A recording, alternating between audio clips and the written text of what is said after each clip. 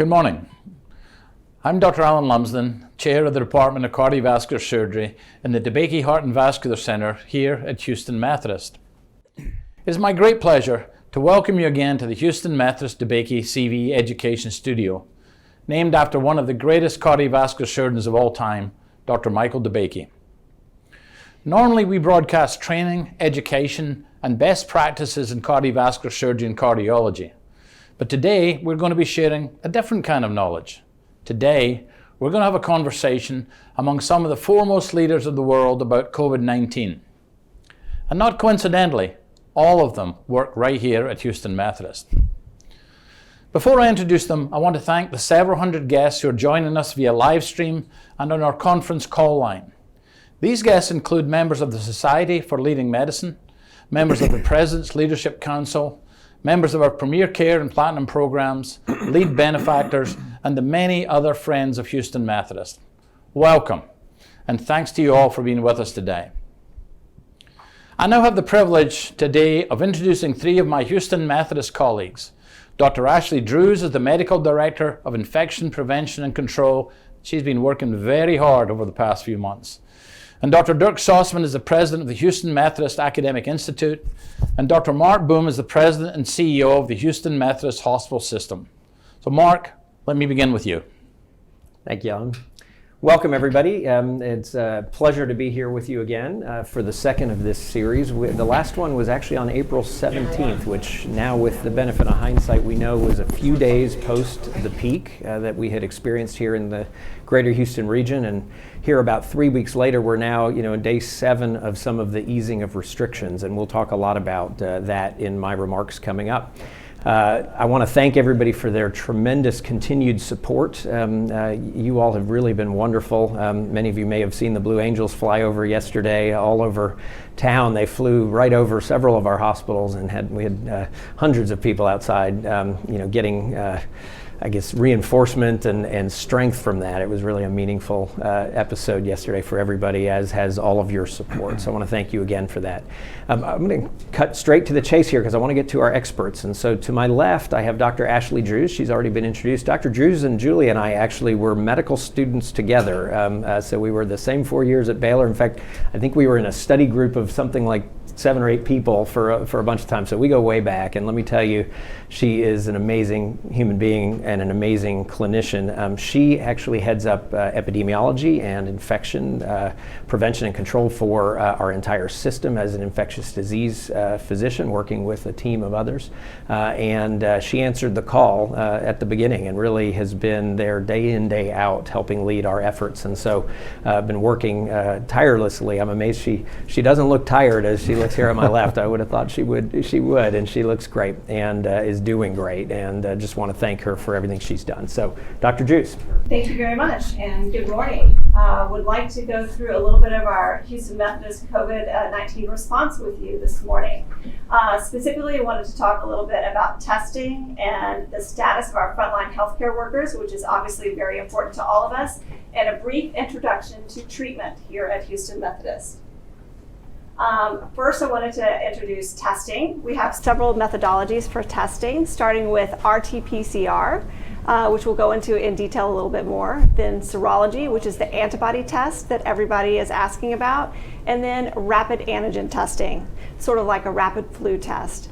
So this diagram will show you a little bit about coronavirus testing methods, and you'll see here with the testing, there's a patient and you can swab them for the coronavirus and back of the throat, and actually they will take samples and send it to the lab, and the coronavirus is an RNA virus, and so there is an enzyme called reverse transcriptase, that is the RT in the PCR, that will change that to DNA.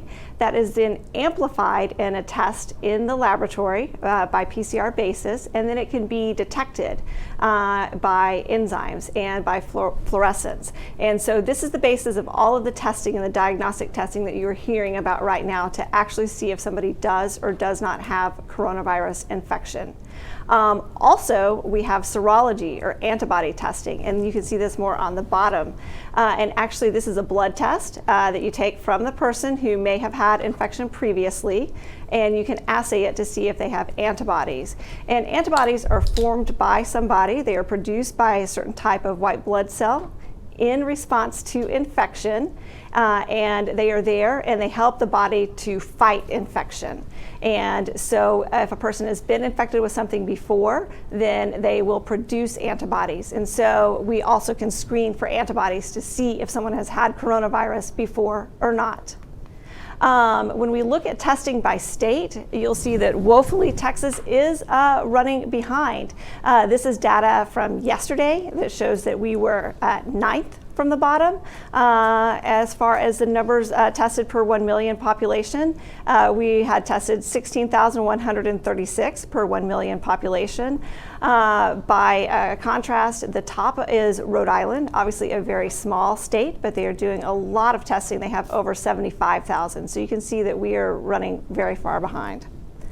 So I want to talk to you a little bit more about our testing methodologies. I know I had shown those to you on the slide previously.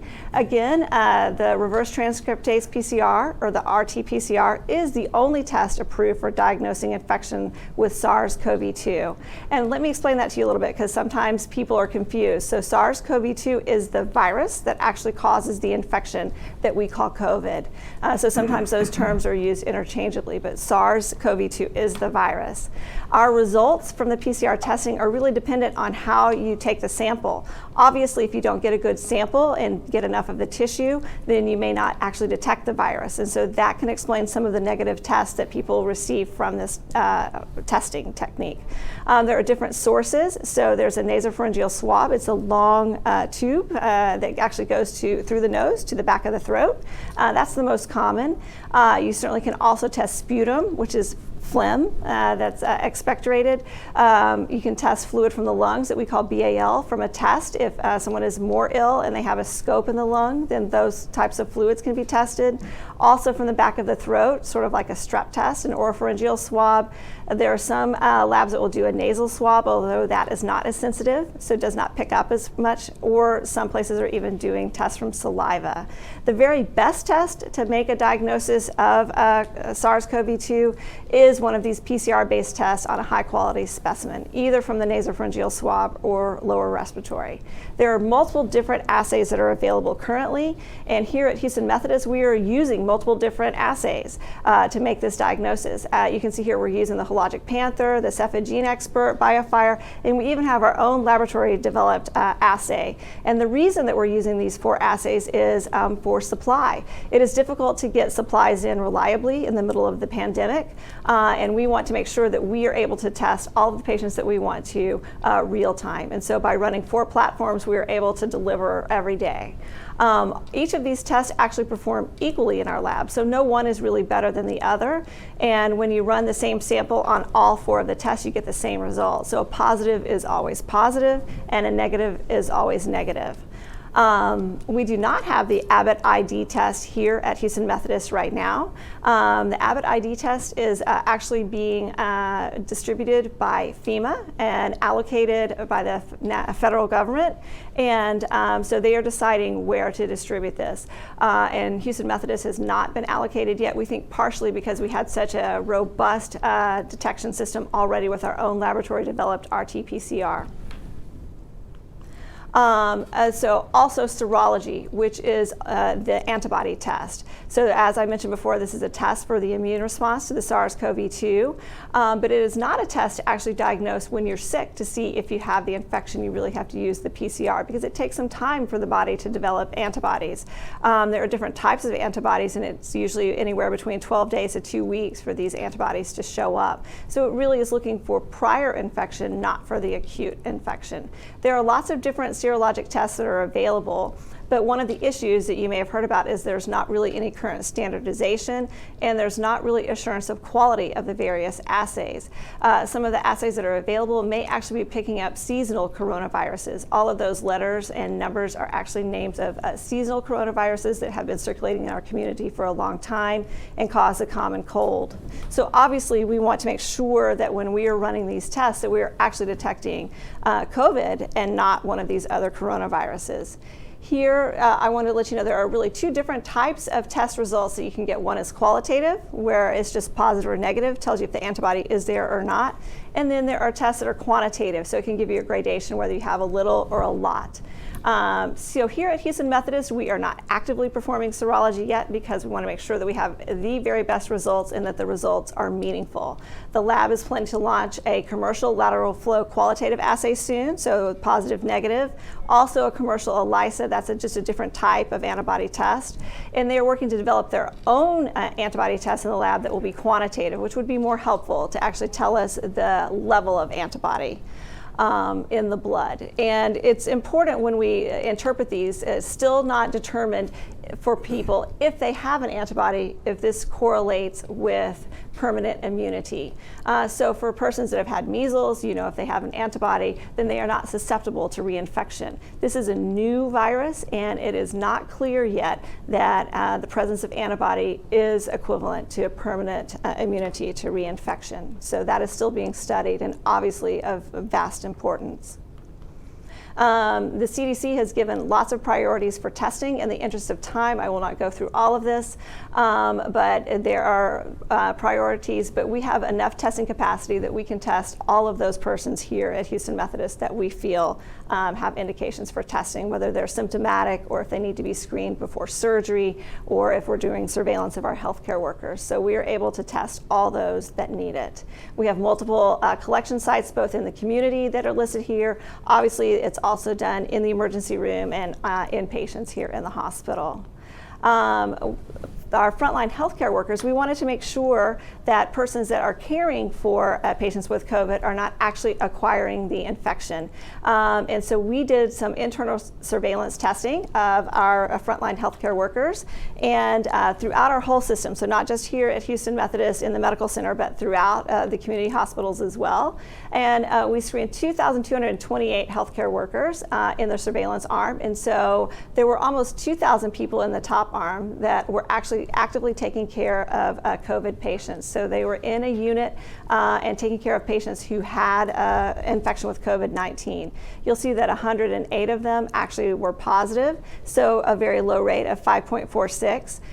In other persons in the clinical control arm who were also taking care of patients but not COVID patients, the rate was 1.19. People here on our campus who are working in an administrative capacity, there were 0%, and also people not on campus, so an arm that were teachers, that was also 0%. So our total positive was 4.89%. And when we compare this to other institutions, at Henry Ford, they screened 734 employees were positive out of 2,500 for a rate of 29%. So you can see that our rate of 5.46 was very, very reassuring.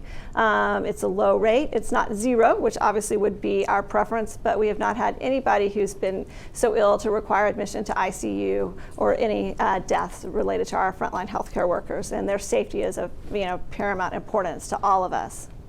When we look at treatment, it's important, I know that you've been hearing about this, but at present no drug has been proven to be safe or effective for treating COVID-19. This was from the NIH on April 21st. I am sure they will be updating some related to remdesivir, which Dr. Sossman is going to be talking about shortly. No drugs have been approved for use for PrEP, which stands for pre-exposure prophylaxis. So meaning if I knew I were going to be taking care of a lot of patients with COVID, there's no drug that's recommended for me to take to help prevent me from acquiring it. PEP, so that stands for post-exposure prophylaxis. Similarly, if I went in to see somebody and I wasn't wearing the appropriate protection, and then I found out that I had been exposed, there is no drug that I would take that would be helpful or has been proven to be helpful to prevent acquiring it. You just have to wait and see.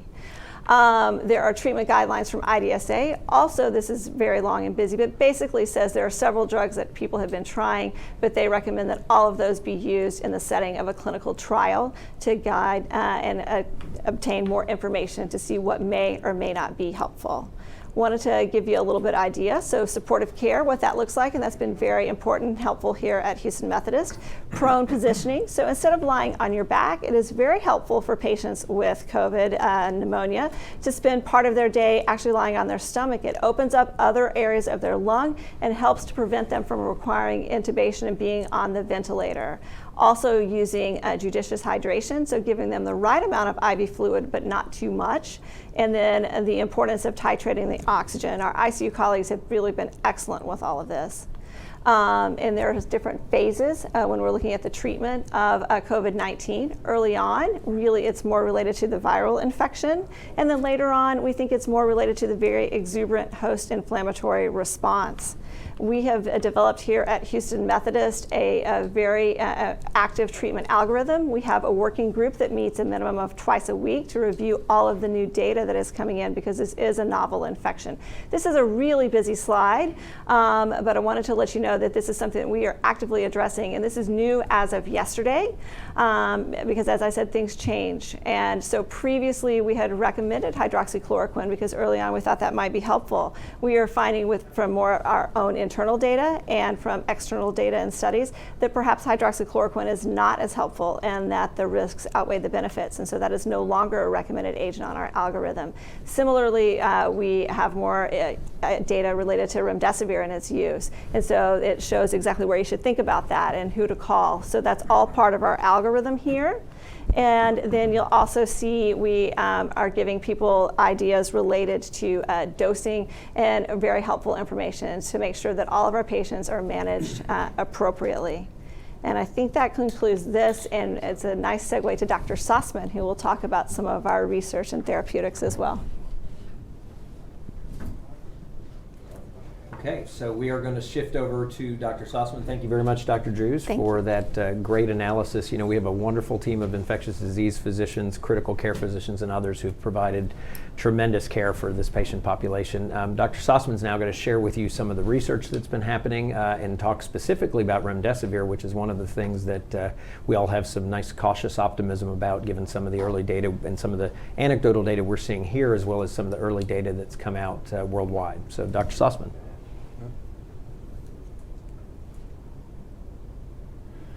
Thanks so much, Dr. Drews and Dr. Boom. And I think one thing that you take away from Dr. Drews' presentation is that this takes more than a village. It takes a small city to deal with this problem. And that's replicated all over our country. So I'm going to talk a little bit about treatments that are under development. I can't cover everything because, as you may have seen, there's about 175 different drugs under development and more than 100 vaccine candidates that are being developed and trialed around the world. But I can show you some of the high points. So Dr. Drews mentioned remdesivir, and very recently this was the subject of a lot of publicity.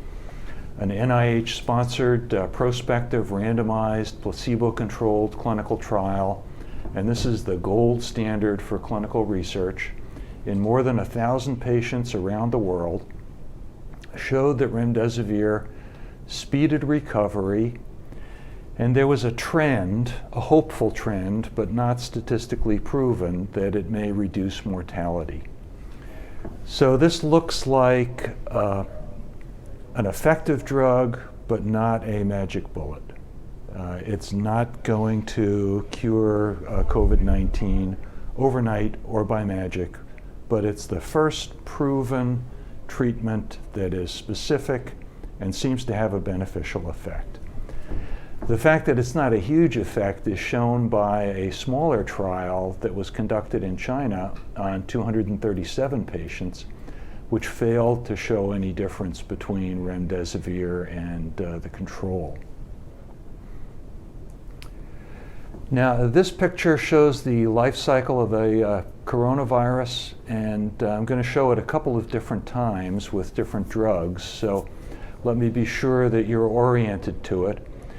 The virus, which is shown in that spiky red ball, starts up at the upper left-hand corner of the picture, proceeds to infect the cell by sticking onto it in a kind of a Velcro-like way, heading down towards the bottom of the picture, and then over to the right, and then back up to the upper right-hand corner again as it exports itself from the cell.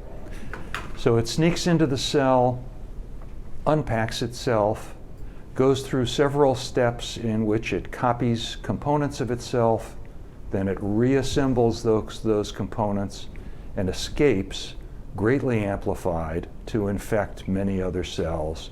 And that process repeats over and over again during the infection. So the box down at the bottom, sort of over to the right, that's outlined in red, shows the step that of the virus's replication that remdesivir blocks.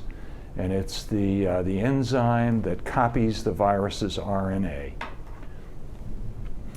There are some other drugs that do that very similarly. It's not clear that they are effective at all. On the other hand, if you move just to the left of that red box, there's another box that's an earlier stage of the virus's replication. That was recently published as not effective, the drugs that target that stage. But on analysis of that publication, a lot of people think that it may suffer from many of the problems that that small Chinese trial of remdesivir suffered from, and that these agents, which are currently used to treat HIV, may be worth another look and a bigger trial. So there may be some hope there as well. Here at Houston Methodist, we've been treating patients with remdesivir in a trial sponsored by the manufacturer, Gilead. We've treated 57 patients as of yesterday at lunchtime. It's probably more now. And some other trials, including nitric oxide, which is an inhaled agent, and hydroxychloroquine, as Dr. Drews mentioned, which has been used in an emergency compassionate use fashion. Recent review of our data suggests that although it's hard to make sense out of these very, very complicated, very sick patients, that it may be less effective than hoped, and certainly has some toxicity. There's a lot in our pipeline for drug treatments. Many protocols are in the process of being approved and rolled out to treat this terrible overexuberant immune response called cytokine release syndrome or cytokine storm. These include cellular therapies and monoclonal antibodies against some of the molecules that mediate this response. We think that the next big opportunity is going to be in the outpatient arena, because that's really where we think you can bend the curve if you can treat people with relatively safe drugs who are at high risk, keep them from getting very sick, keep them out of the hospital, and keep them from getting into this terrible cycle of complications and severity. So we're working on protocols for several of these agents, and I won't go into them in great detail. But if you look at the top of this image here, again, the red box, tocilizumab and sarilizumab, that again are monoclonal antibodies that circulate in the blood and mop up these inflammatory molecules. Or for these two boxes, these would be orally available outpatient drugs that could prevent the virus from gaining entry to the cell by interfering with the Velcro on the outside of the cell, and then by interfering with the process of internalization of the virus. And we're in discussions with a couple of small companies and another university to put together a trial on these agents. Second part is antibodies. As you know, these are Y-shaped protein molecules that bind to an offending agent, in this case the virus, and start the process of having it cleared from the body. Dr. Musser and Dr. Salazar in our pathology department have been working on the fastest and most efficacious way in an emergency situation to give somebody antibodies. And that is to take the plasma of somebody who has recovered from the illness, made their own antibodies, and then donate that plasma to someone who's suffering from the illness acutely. You can think of this as kind of a passive, almost emergency vaccination, where you're giving antibodies to someone who doesn't have time to produce them on their own. So far, we've treated 68 patients with this. 44 of them have been successfully discharged. And this is the beginning of a well thought out and pretty big project. So the parts in green letters have been completed. We did 4 patients with an emergency IND. This was what appeared in the Houston Chronicle. We were the first in the country to do this. We've completed the first research phase of 50 patients. And now we're moving to a larger research study to confirm the safety, compare the outcomes with plasma to historical controls, and then begin actually a randomized controlled trial. Finally, we are working with colleagues from the University of Texas and the U.S. Army to begin the development of monoclonal antibodies against COVID-19 derived from the plasma of our patients that can be standardized, freeze-dried, stored, and used almost as if they were a drug. So rapid, standardized treatment, not with a drug, but with antibodies. This slide shows you the process and the timetable and so forth for this development. It's obviously quite complex, and we're at the last green arrow stage. So there's a ways to go. How would you use these? Well, they could be used to treat people who are asymptomatic but at high risk. Somebody, for example, who's positive testing for the virus and is an older person or somebody with another risk factor. Or potentially somebody who's gotten a documented exposure to the virus occupationally or in some other way at a fairly high level. You could treat them and clear the virus out of the bloodstream potentially with these antibodies. And then, of course, people who are acutely ill, the great thing about these is that they act rapidly. Any drug, no matter how good, takes a while to take effect, whereas these antibodies could clear the virus from the blood in a very rapid fashion. And they can be used by themselves or combined with an antiviral drug, so for either prophylaxis or treatment. Lots of research to do before we get to this stage, but that's the hope. And so that's really all I have time to tell you about today. And certainly I have not mentioned anybody's name during this talk, just because I would still be talking. There are dozens and dozens, really hundreds of people at our hospital who've been involved with these research projects, which absolutely could not have been done without them. And so, you know, our thanks, my hat is off to every one of them. Thank you. Thank you, Dirk, and it's fascinating, and it's hope-inducing as well to see us start to really get our arms around some potential therapies that are helpful As Dirk said, none of us in medical science have found a silver bullet, but nonetheless, having some therapies like remdesivir, hopefully convalescent plasma, someday leading up to monoclonal antibodies, and hopefully some oral therapies that will emerge as well, can help to change this dynamic pretty significantly. So I'm going to move on to my presentation now, and you all have sent a lot of amazing questions in for us, and we've done our best in the two presentations you've heard already, as well as then the presentation that I'm going to give today, to try and encompass a lot of those.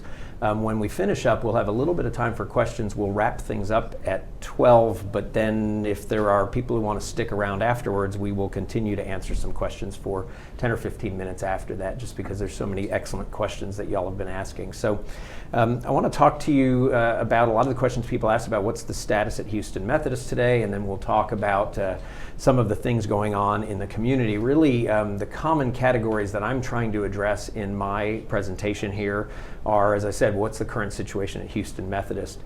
A whole host of questions about stay-home orders, social distancing, how do I make sense of everything out there, because there's a lot of potentially conflicting data out there. Unfortunately, of course, this has become politicized as we've moved along, farther along, and so you hear kind of two different political viewpoints. We are trying to stay completely out of the politics and really stay fact-based and data-driven in what we'll talk about here, and that's what I'll do today. Where do we go from here? How does the community reopen? What does that look like? What might things look like over the next 18 to 24 months? How do we monitor that process safely? And then what is Houston Methodist doing around reopening? So I'm going to move rather quickly through these questions. This is our experience to date. So this starts in March and is hot off the presses as of this morning. And if you look at these data, you can see a very clear-cut peak around April 10th or 11th. The blue line is the total number of people in our hospital. And the other one I watch very closely is the gold line, which is the number of patients in ICU, which you see has been very stable over the last at least 2 weeks. It really is not going down substantially. It's holding at a very manageable level, but nonetheless holding at a level that is not declining. We call this our waterfall chart. This actually shows you all of the people who have had COVID across Houston Methodist. So you can see 1,650 patients have been diagnosed at one of our facilities or one of our testing sites that Dr. Drew showed you in the outpatient realm.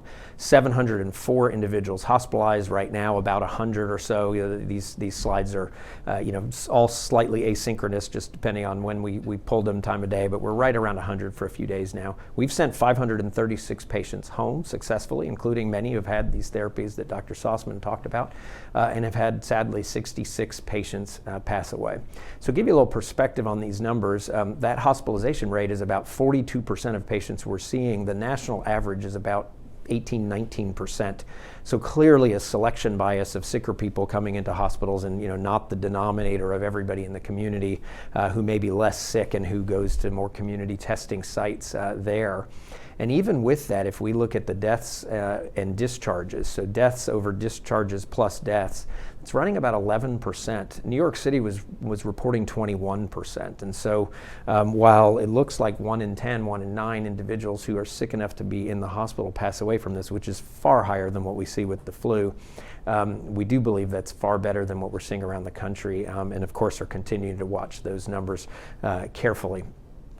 So I want to talk a little bit about that second question about reopening and really all the actions that have taken, and were they the correct actions, were they not the correct actions? Obviously a lot of discourse, a lot of valid questions being asked. I will tell you, when we as a group of hospital leaders, we a group of Texas Medical Center CEOs, we're looking each other in the eye, figuratively, across telephone calls. Early on, we said, if we succeed, everybody's going to criticize us for having overreacted. And we're starting to hear some of that dialogue, and I'm thrilled because, frankly, I think as I show you these data, I think from the data, we all reacted appropriately, and our community has avoided some situations that would have been quite difficult.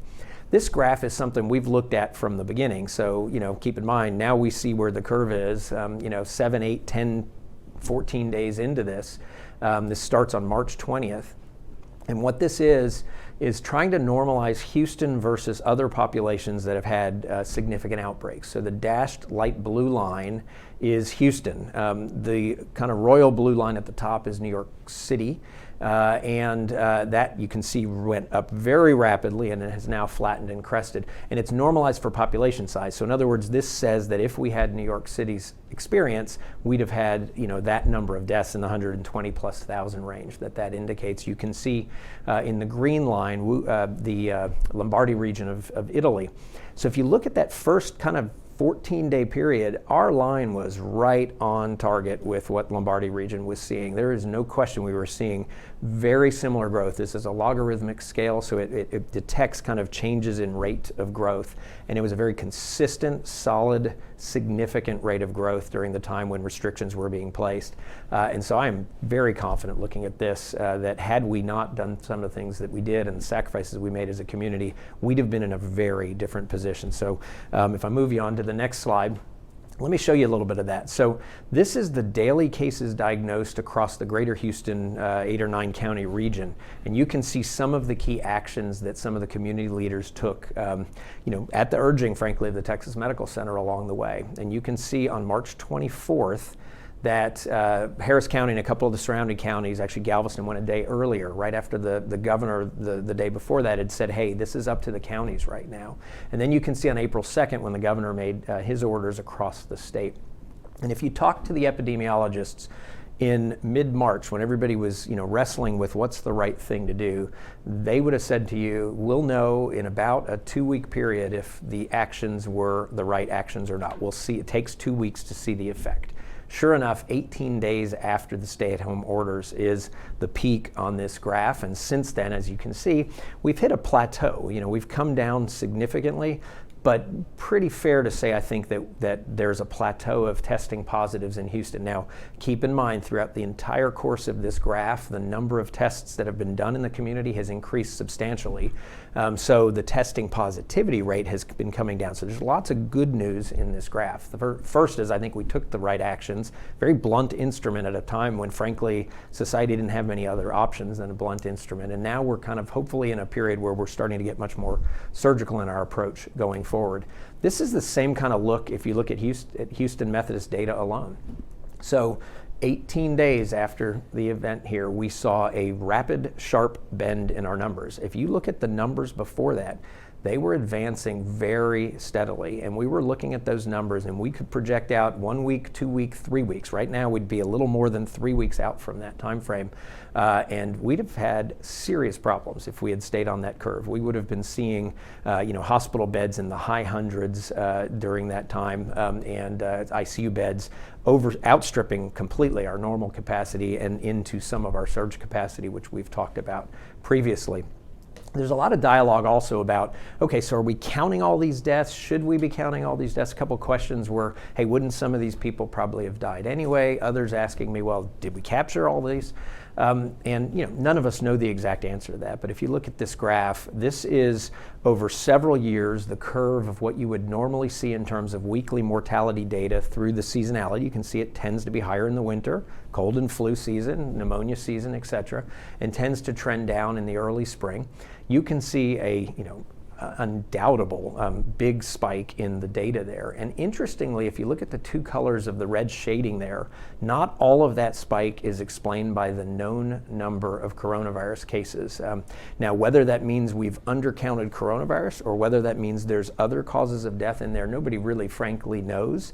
You'll see some data later that I'll show you that we do have some concern that some element of that is likely people avoiding hospitals, avoiding care, avoiding necessary care. So there may be some other factors in there as well. So some context for the next couple slides when we ask this question. So this is, these are the causes of death reported by the CDC across the United States per 100,000 population. The most recent complete data set is the year 2017. These for quite some time don't dramatically change across the population. So you can see the number is in the mid 800 range per 100,000 population, which the first time I always look at these, I'm like, well, how's that possible? That means everybody would live, if I do the math, they'd live over to be 100. But the reason is because we don't have a straight population population curve. We have a much bigger population at the younger age than at the older age because our population keeps growing, and that's why you see the number be, less than what, logically might have been more like, 1 in 15 or 1,500 or something like that if you think about average life expectancy. What you see here, I'll call your attention to a couple numbers. One is diseases of the heart. So heart disease is still the #1 killer of Americans, just under 200. So, a little bit under a quarter, call it 22, 23% of deaths are heart disease. And then shaded there, you'll see flu and pneumonia. So this is not just the flu, but largely is going to be the flu. You can see about 17 people per 100,000 die in a typical flu epidemic year. So pin those numbers in your head as we look at a couple other pieces of data. So, interestingly, and I talk about, I'm going to stay as data-driven as I can, but it's interesting because this kind of conversation about what's happening in the Nordic countries is really interesting because it's been used by people on both ends of the arguments at the same time. And it's really that the Nordic countries have had a very different approach to how they've done their stay-home orders. Sweden has been much more loose than others, at least from a governmental official perspective. If you actually look at the data of what they've done, some of their vacation spots are down 96% in their volume. So the people are still doing much of this, but without necessarily having the same orders that many people obviously find draconian and disturbing and problematic. So this is what happens across those countries. And again, these data have been used by people arguing both sides of this. So I'm just going to stick with the data here and put this in a little bit of context. So if you look at Sweden, it has had 22 deaths per 100,000 people. You look at its neighbors who had tighter restrictions, 7, 4, 4. And Sweden actually is less dense than Denmark, for example, by far, yet has had far more deaths. So, I think it's fairly incontrovertible that these stay-at-home orders are going to decrease the number of deaths. But to put a comparison, if you look at deaths per 100,000 population in the green box, at Harris County, we thankfully are at only 3. It was 2 when I first did this slide a couple weeks ago. It's now 3. Across the United States, it's just about 22, so higher than the flu so far through just 2 months, but not dramatically higher than what we'd normally see across an 8, 9, 10-month flu season. New York City, if you pin this number, 222 deaths per 100,000. So if you look at 222 deaths per 100,000, this will make coronavirus the #1 cause of death in New York City this year. It's going to pass heart disease. And remember, this is through 2 months. In fact, when I first pulled this slide, it was 209. Now it's 222. It's going to keep going up. Closer to home, at the Orleans parish in New Orleans, 116. Wayne, Michigan, so Detroit, another hot spot, 110. So these are places where, even as this continues to go up, it'll be the #1, 2, 3 cause of death in those communities, and will bend their death curve as well. While you can get into the discussion of would some of those people have died from heart disease or other disease during the year, which likely some of them who are elderly would have, most probably would not have. And the fundamental question that everybody's wrestling with is, how do you ease restrictions, and is there an okay number of deaths as we balance across, the medical side of things and the health side of things with the socioeconomic side of things and the economic impact in a society. If you take those Swedish numbers and you say, hey, this is 22 per 100,000 in less than 2 months, we don't know, is that 132, 6 times that in 12 months? That would be a pretty significant death rate. We don't know if New York becomes 400, 500, 600. Certainly I can tell you if they had not shut things down in New York, obviously we'd be seeing far higher numbers in this, and I'm quite certain we'd be seeing higher numbers in Harris County as well. These are the counties nearby, and so you see similar data here. And you can see each of the counties in the greater Houston area. You can see the raw number of deaths to date, and you can see ideas of how many people have been diagnosed, et cetera. Thankfully, we're mostly in the 2 to 3 to 4 range. Now, of note, some of the rural counties in Texas are starting to be problems. Washington County, Brenham, where many people I know like to retreat to that area on the weekends. Now, Austin County doesn't look like this, but Washington County had a big outbreak. Small number of deaths at the end of the day, but a large outbreak per 100,000. And so we're still seeing a lot of movement in those data.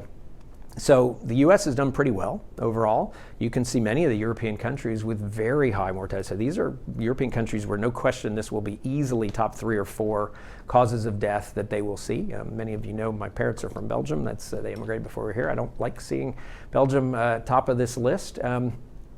You can then ask the question of case fatality rate. So this is everybody with a known diagnosis and how many of those people pass away. Now keep in mind, we're not the best country right now about testing, although we've come up a lot. I mean, Texas used to be last or second to last. Now we're 9th to last. It's not perfect, but I mean, I remember when that slide that Dr. Drew showed was 3,000 per million, and now it's 16,000 per million. So that's moved up quite a bit.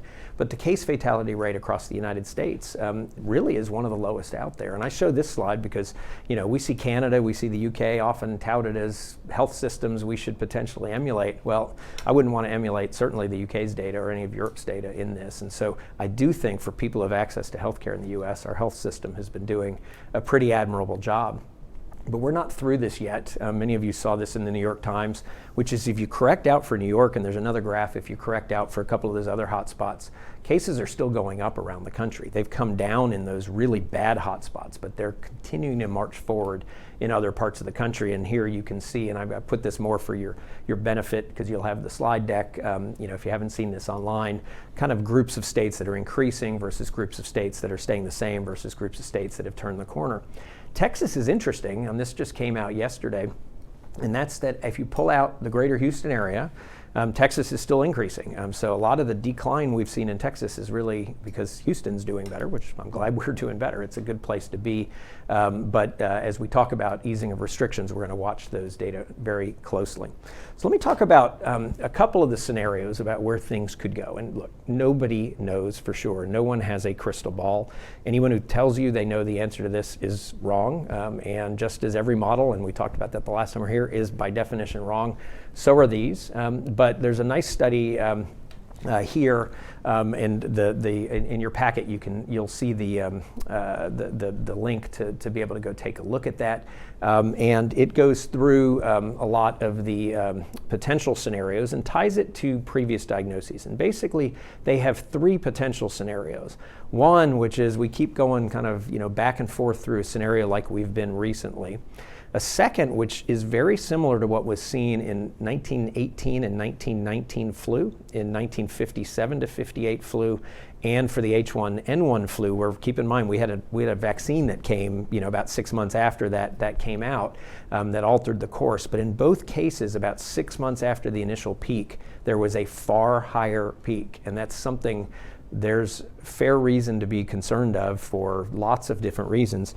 In the last 300 years, there's been 8 major flu-like pandemics. 7 of the 8 have followed this pattern. So there's a lot of concern that could be the case. The third is a pattern that we've not really seen, but there's some hypothesis at least that we could see this big peak now and sort of a fizzling going forward. If you read their quote, the bottom line is, we don't see a way that we're not going to be dealing with this virus for an 18 to 24 month period. I hope we're all wrong. I hope they're all wrong, but we think that's pretty likely. And I'm hoping for scenario 3, because I would say we're through the worst of it, and all the things we do to titrate on and off a few things, or titrate, a little easing of restrictions and all the protections we've put in place keep us in more of a steady state. But I'm far from certain of that, and we are worried about scenario number 2.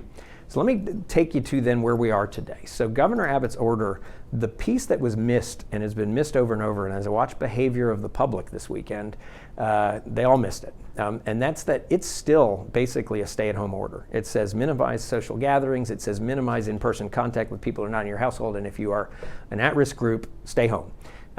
Everybody seems to have missed that memo. And honestly, I'm not that worried about the opening of businesses and starting to open some of the churches responsibly and all the different things that are happening. I'm worried about how people act, because it's how people act and regard or disregard really the advice that's going to tell whether we are able to control this or whether we get a little bit out of control.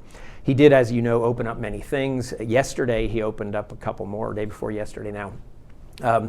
I will say I was very happy with his order, and I've been on TV complimenting the fact that it was thoughtful. He said it was data-driven and doctor-driven, that it was incremental, that it would pause to look for data before the next steps. I was a little concerned yesterday that he went ahead and moved forward with some things without doing what he said he'd do, which is give time. If you remember the comment I made about the epidemiologist, it takes 2 weeks to see how things get impacted on the front end. It's the same analysis now. We won't know for at least another week plus whether we're seeing an outbreak because of easing or not. I would have preferred to see the next step of easing really wait another week or so for data. It wouldn't have changed necessarily the May 18th date, because you could have assessed that on May 14th or 15th and made a call.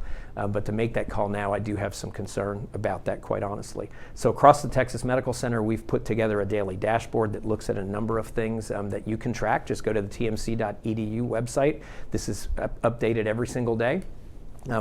These are the things that we have some control over that we can analyze. The big thing missing from this is contact tracing, which I believe the mayor is going to announce something this afternoon for the city. The county already announced some expansion. The governor announced expansion. We need to get that online to track and trace and quarantine. But from a testing capacity within the Texas Medical Center, we're in great shape. These numbers will triple over the next 4 to 6 weeks across the Texas Medical Center. They'll more than triple across Houston Methodist, and actually we have a plan to almost 7x them through the course of the summer, so to be ready for a major second surge.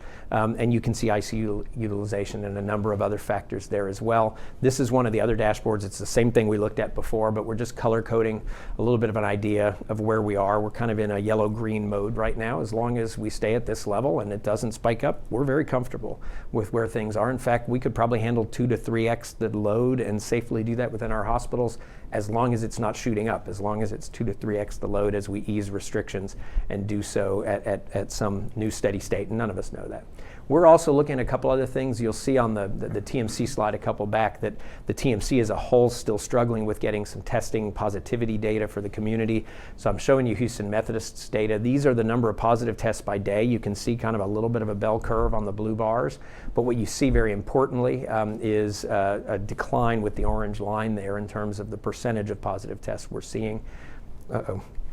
We can look at admissions and discharges for our hospital system, and you can see the blue sort of curve there, and then we started discharging patients for quite some time now, with a couple exceptions over the last few days where the numbers were still very small, so I don't put that much stock in it. We've been discharging more people than we're admitting, which is of course the status we'd like to be in, but this is a nice early warning sign that we're watching at Houston Methodist. His orders allowed hospitals to start opening up, and we'd already done so for some urgent care previously, and I want to talk a little bit about where we're moving forward with that and why we're moving forward with that. So this is some data out of Dallas. Actually, one of the EMS providers, one of my colleagues up there, pointed me to this because we've been looking for data to see whether we're seeing some adverse behavioral effect of fear of hospitals in the community. So this is the last 3 years, a number of different data points, whether you're looking at number of people who are coded at home, number of people found dead at home when EMS gets there. But you can see April 17, 18, and 19 in the different things they measure there, the lines, and look how it spiked in April of 2020. So that tells us we are seeing people who have heart attacks, who have strokes, others who are avoiding hospitals.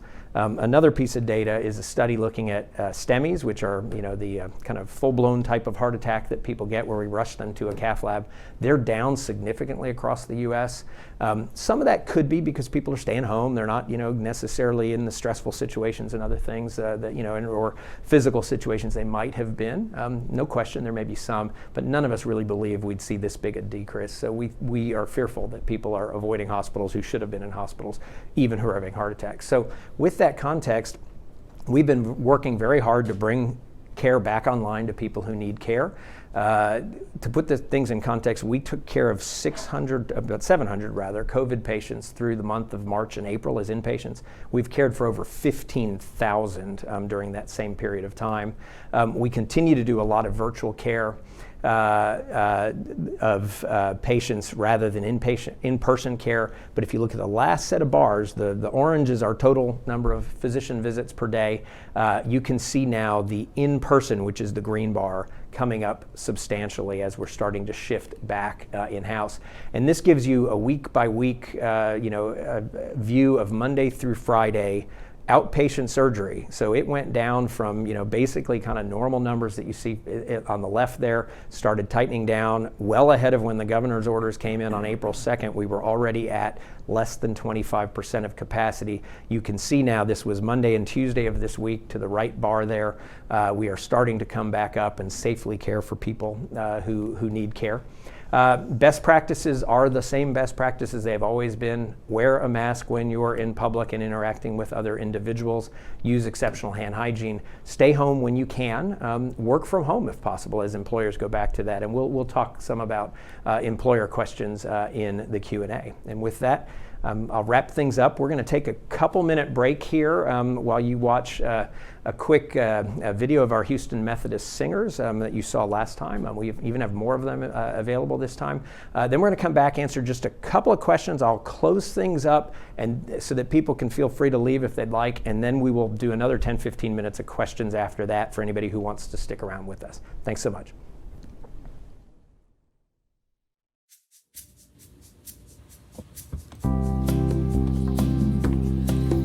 If you ever find yourself stuck in the middle of the sea, I'll sail the world to find you.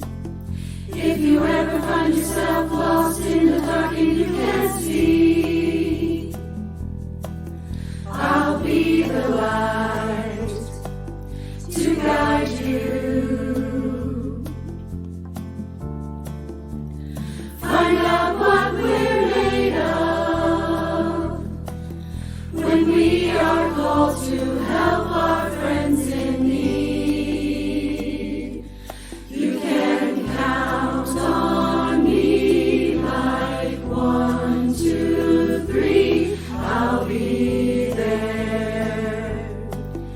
And I know when I need it, I can count on you. 4, 3, 2, and you'll be there.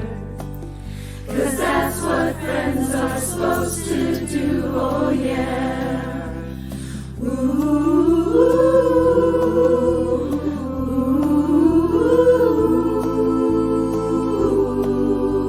yeah.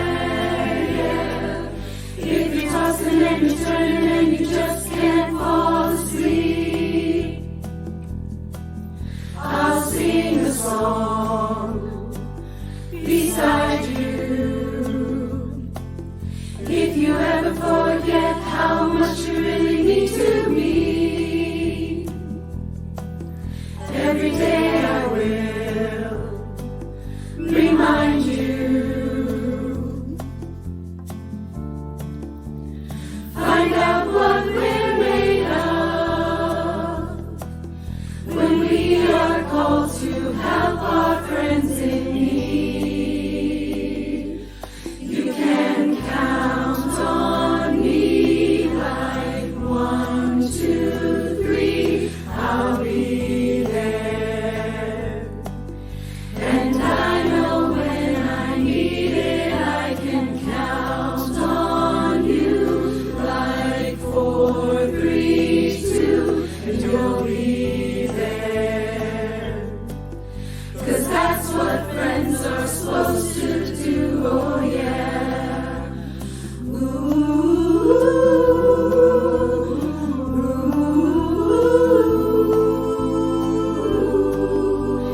yeah. You can count on me 'cause I can count on you.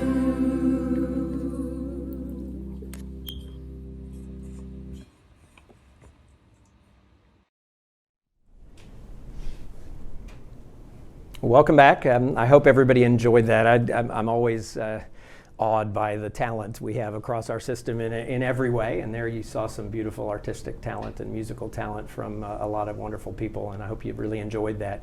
So we're going to do a few minutes of questions, and then, as I said, I'll wrap things up quickly and come back to some additional questions for anybody who wants to stick around with us. You know, one of the ones that came in today, which I think is really relevant, and we're going to focus a little bit on, okay, where do we go next? And we're all entering the community. What's it feel like to enter the community, and how do we protect ourselves as we enter the community and protect each other? So I'm going to turn that to Dr. Drews and ask her for some advice for everybody, really very thoughtful, specific advice about how people should act as they're re-entering the community for more activities than they've been typically doing.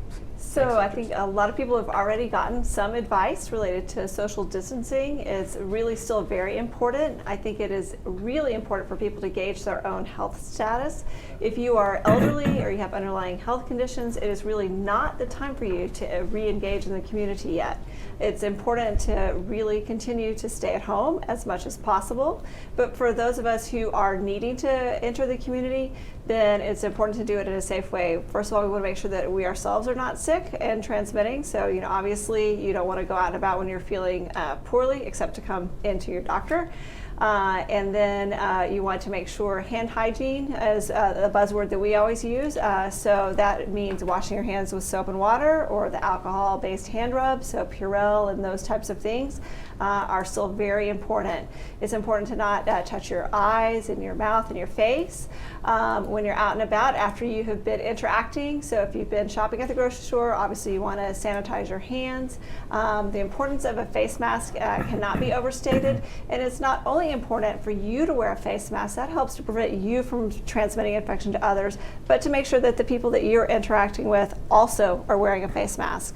When you are choosing, if it's time that you think you want to go to a restaurant and you're choosing where to go, outdoor dining has much better air circulation, so that's always a safer approach for a first pass. And while we still have active cases, I think that's something also to take into consideration.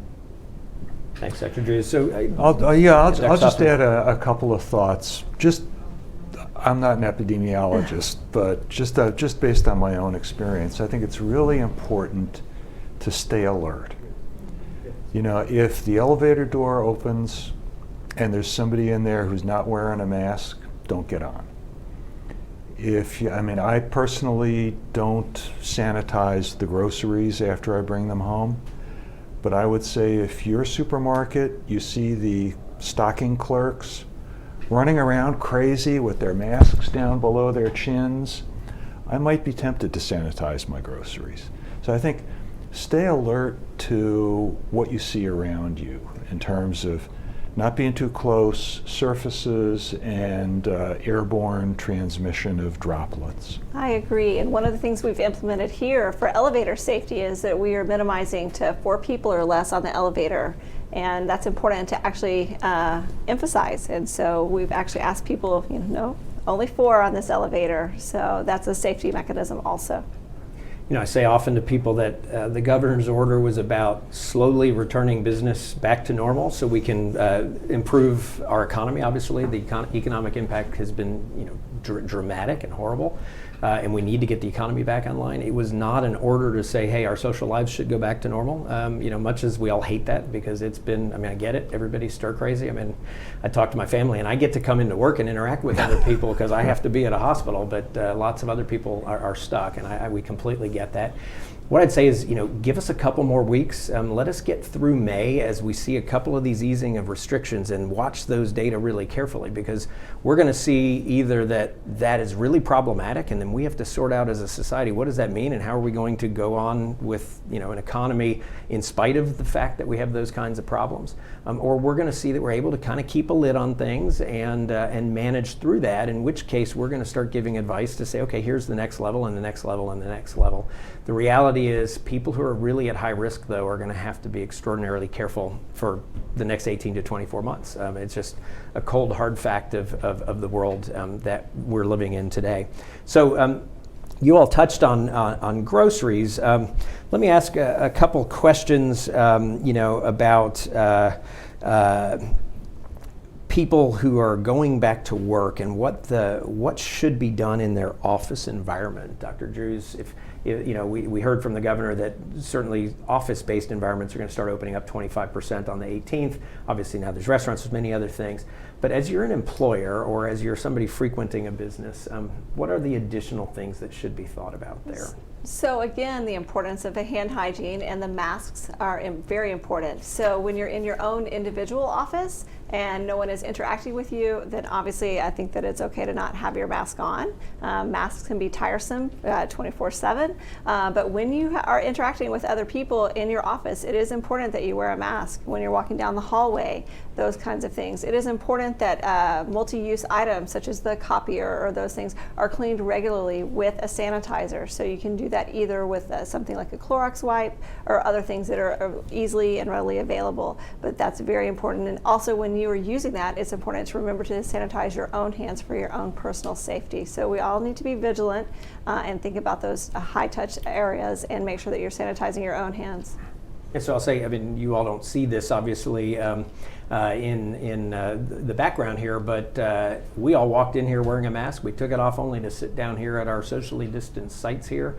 Everybody around us filming and everybody else is wearing a mask. When they hand me the clicker, it's been sanitized, so we're being very careful, as all of you should be in your business environments as well. So, I'm going to wrap things up and then we'll come back to some additional questions. But I want to wrap things up with a question I often get asked. We got asked again, and I always thank people for asking this question is, we watch these heroic healthcare workers and how can we support them? And I thought it'd be really nice to finish with a letter I just got yesterday, an email I got yesterday from one of our nurses.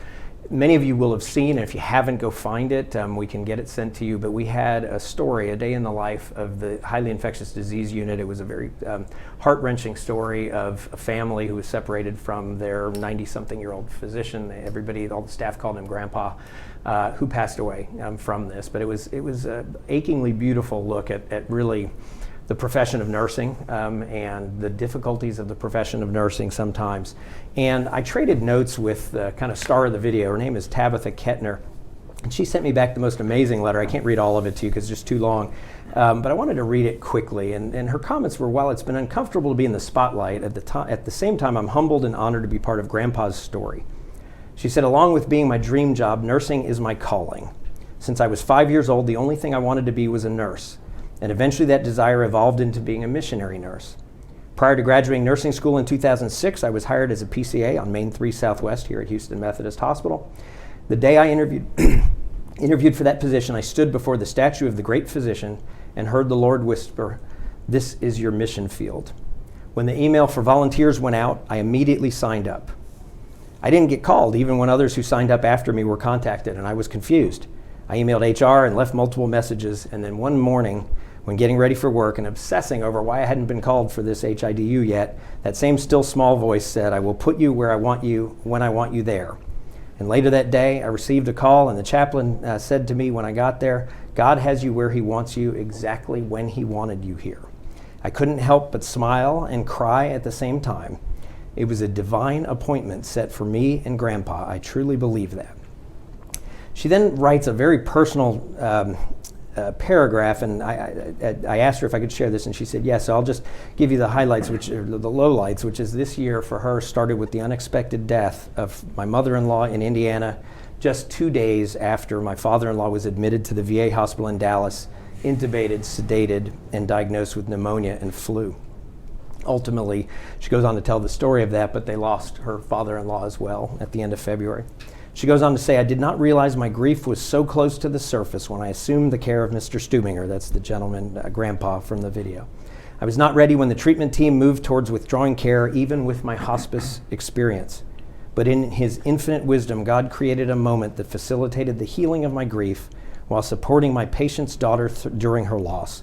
It's always a humble honor to be the hands and feet of Christ doing what I love." And I shot her back a note saying, "Hey, I just wish I could give you a big hug." And she said, "Yeah, I just look forward to being able to hug people again. Air hugs just are not the same." But she said, and I was asking her if I could share the email, and she said, "Absolutely, please feel free to share it." And she said, "As healthcare professionals, we meet people during the most vulnerable moments of their lives. It does all of us some good to remember that we too are vulnerable. And it is the common thread between provider and patient, which is our humanity." So a beautiful, beautiful note from her. This was actually what she had. If you can zoom in on that here, this was live, love, and nurse, which she had at the bottom of her email. That's just emblematic of the kinds of people we have here. And so now that I've given you a tearjerker and an appeal, I wanted to tell you about a fund we put together to support our frontline heroes.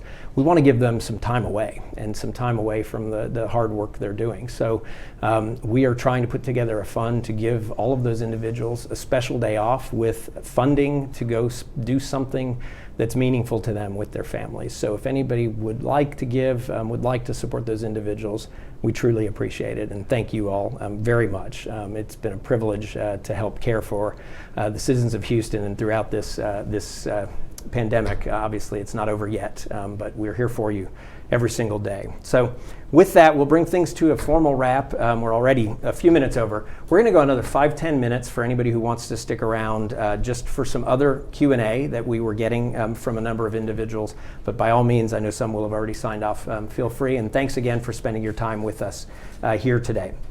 So really, the questions we have are in a couple different categories. We already covered a bunch of the reopening questions, but some general COVID questions and then some testing questions, which we've mostly covered. But a couple that we can knock out, I think, quickly. So Dr. Drews, somebody asking, is there any data that suggests COVID-19 was here in the fourth quarter of 2019? I get asked that question a lot. What do you think? Yes, I get asked that question as well. And it is unclear. We did not have a test, and we weren't really looking for it at that time period. But I think that it is possible, and there's certainly suggestion there are patients that had diseases that were very similar and had presentations that mirror what we see with COVID. So I think that it is possible, but unproven. Right. The little bit of data I've seen, there have been some people who've gone back and looked at some swab data and other things around the country, and they've not been finding it. In earlier dates, there was a report out of France, though, with one early case that they came out here. So there is that possibility. So a kind of somewhat related question, I guess, is, hearing that there's different strains of the coronavirus now. Initially we were hearing that it was mutating slowly, not necessarily changing the infectiousness of it, useful for tracking epidemiologically. But there's been some reports now that there may be a different virus strain out there than before. Could you talk about that a little bit? Yes, so it is mutating relatively slowly, which is helpful as far as trying to develop a vaccine, so that is good news. And subtle mutations are actually very helpful, as Dr. Boom mentioned, and as far as doing epidemiologic tracking and really tracing which strain of the virus. And so that is not something that is used on a clinical basis, so we cannot test all of our patients. We're not doing that to see exactly who got the virus from whom. That's done at a very high level in research setting. But there are new strains that are evolving, and there is some data to suggest that maybe with some of the mutations, the virus is becoming actually less virulent, meaning a little bit less serious and causing less serious disease manifestations. So that's actually excellent news if that's true. Again, that's very early data and remains to be seen. So one of the questions nobody knows the answer to is, how long are we immune to this? And I know that always gets asked as well. That may impact that as well. What's your best prediction about whether people are immune? Is that durable immunity like measles, or is it a 1 or 2 year type of immunity like we see in some upper respiratory viruses? I'm putting you on the spot here and recognize everybody that nobody knows this, but what do you predict? I mean, that's a great question. It's the $24 million question that we all really want to know the answer to. It makes a huge difference as far as the development of a vaccine and also infection, and so natural immunity after infection. And the virus is mutating much slower than influenza and things that we need a seasonal vaccine for. So I think there is some hope that vaccine may be effective and have permanent effect, but I think it's really still too soon to say. Okay. Dr. Sussman, some questions about vaccines and where they stand. We know that may take a while. I know there's been talk about the Moderna vaccine. We've got a trial here with another similar vaccine. They're both what are called RNA vaccines. Talk about what you know and any predictions around when we may see that vaccine, because I know Dr. Fauci even started talking that it may come a little earlier than we thought in the case of the Moderna vaccine, perhaps. The caveat with vaccines is that they can be going along great guns and everything can be going fabulous, and then you can trip at the last fence, if you will. But having said that, the development with vaccines lately is just really a cause for optimism. You know, they say that probably only 10% of vaccines ever make it. Well, we've got 100 different candidates being worked on now. New technologies that were never available before with other infections and so forth. I mean, when people started saying, well, maybe we'll have a vaccine in 2020, I still think that's very unlikely. But I'm starting to just get a little bit of hope that this 12 to 18 month time frame, you know, really can be delivered on, which would be a world record by about 4-fold. So between that and the drugs, I mean, I hate to steal a line from Churchill, but you know, he said at one point, you know, it's not the end, it's not the beginning of the end, but I think it may be the end of the beginning, and I think that's kind of where we are. Well, so on a similar note, then you talked about remdesivir as one option. So we saw, you know, 15-day to 11-day length of stay. We saw a decently strong signal, not statistically significant, but you know, the p-value was only a little past the statistical significance cutoff for a mortality decrease. Sure. That was in severely ill people. Is it plausible to think that in less severely ill people we may see even better effect, and it could become something that we use earlier in the course of hospitalization?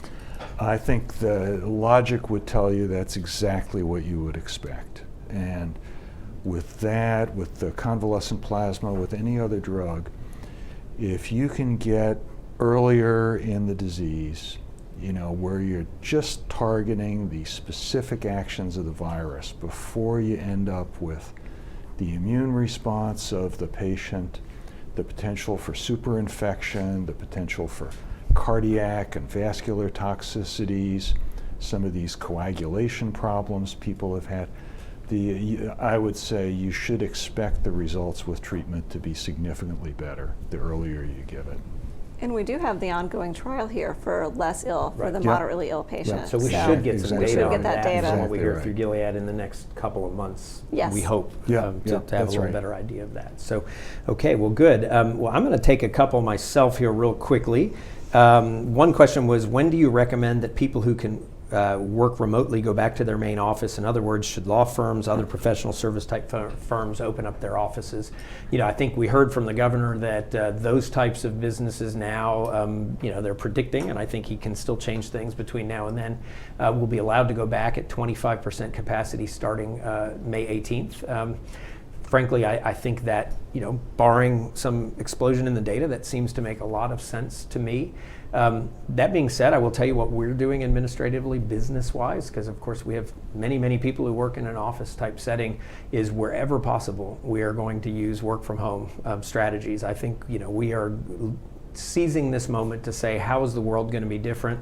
This will help us in terms of protecting our people, our patients, our folks who work here, and you know, in many cases has been quite popular.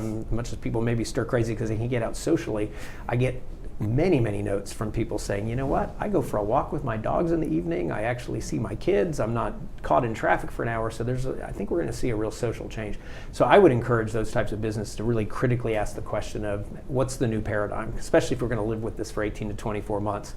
Certainly keeping some percentage of your people at home is going to be safer than having everybody in a workforce. And the last thing we all want to do is be shutting down individual workforces because of problems. Be thinking about common areas. Break rooms are really problematic, right? So that's an area that you really need to think about keeping people out of. It's an area you need to think about, you know, how can you use a common refrigerator or things like that, but do so with hygienic practices, things along those lines.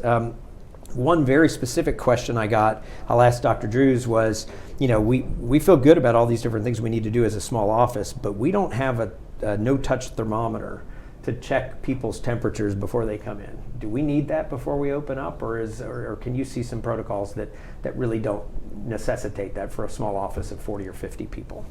So, you know, certainly we're doing that type of screening here at Houston Methodist with a no-touch thermometer, and I think that a no-touch thermometer would come in handy in that type of office, but you certainly could ask your employees to take their temperature and be cognizant of their symptoms at home before they come in the absence of a thermometer and screening right there on site.